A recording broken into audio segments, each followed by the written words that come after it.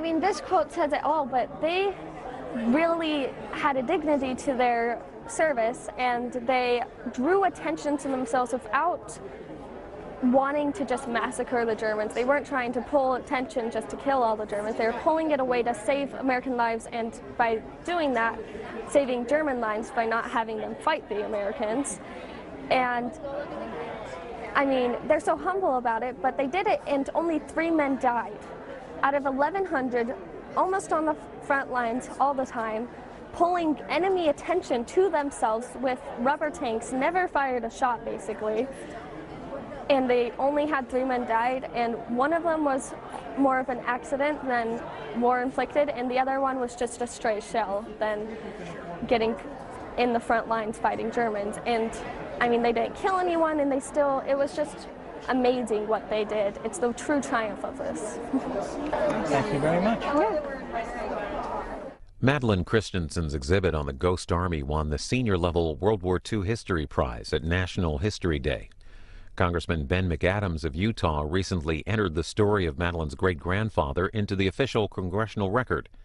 Here's video from the congressman's office as he reads the entry to World War II veteran Sergeant Stanley Nance. In May 1944, 1,100 U.S. military men joined ranks to form what would be called the Ghost Army. Composed largely of artists, this unit had unusual orders not to avoid detection by enemy forces, but to actively attract attention through an ingenious optical illusion. One of them was Staff Sergeant Stanley Nance, Signal Company Special of the 23rd Headquarters Special Troops. The Ghost Army's tactics were to impersonate other Allied units using inflatable tanks and jeeps made of sticks and burlap to make the enemy believe that large factions of soldiers were on Omaha Beach and surrounding areas after D-Day. Massive speakers were mounted on the back of military vehicles, blasting the ambient noises of a much larger unit. They sounded like they were coming from the battlefield, but in fact had been recorded months before in Fort Knox, Kentucky. Kept a secret until 1985, the story of the Ghost Army and those in its ranks serves as a heroic tale of the young Americans' bold actions to defend freedom. Decades later, Staff Sergeant Nance's great-granddaughter, Madeline Christensen,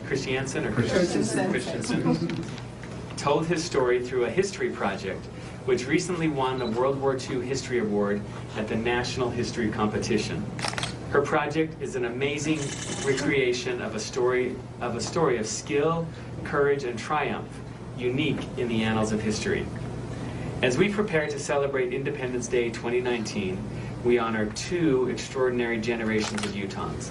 The soldier who helped defeat tyranny during World War II, and his great-granddaughter who is keeping the story of heroism alive.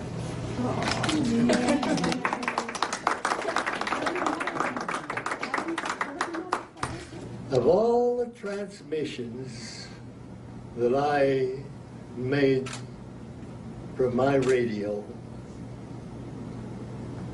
which were many, if just one of those that I sent changed the tide of battle,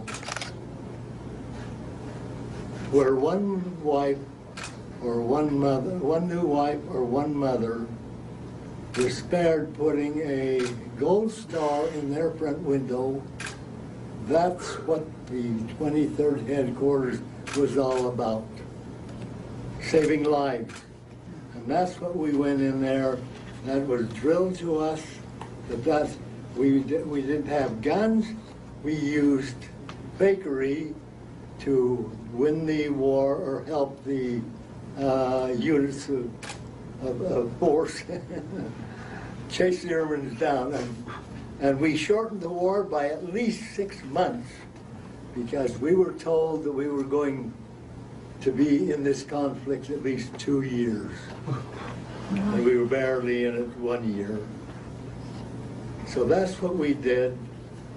We were able to shorten the war and save lives of both the German army and the American army. And so if one mother or one new bride was spared putting a gold star in their front window, we were successful.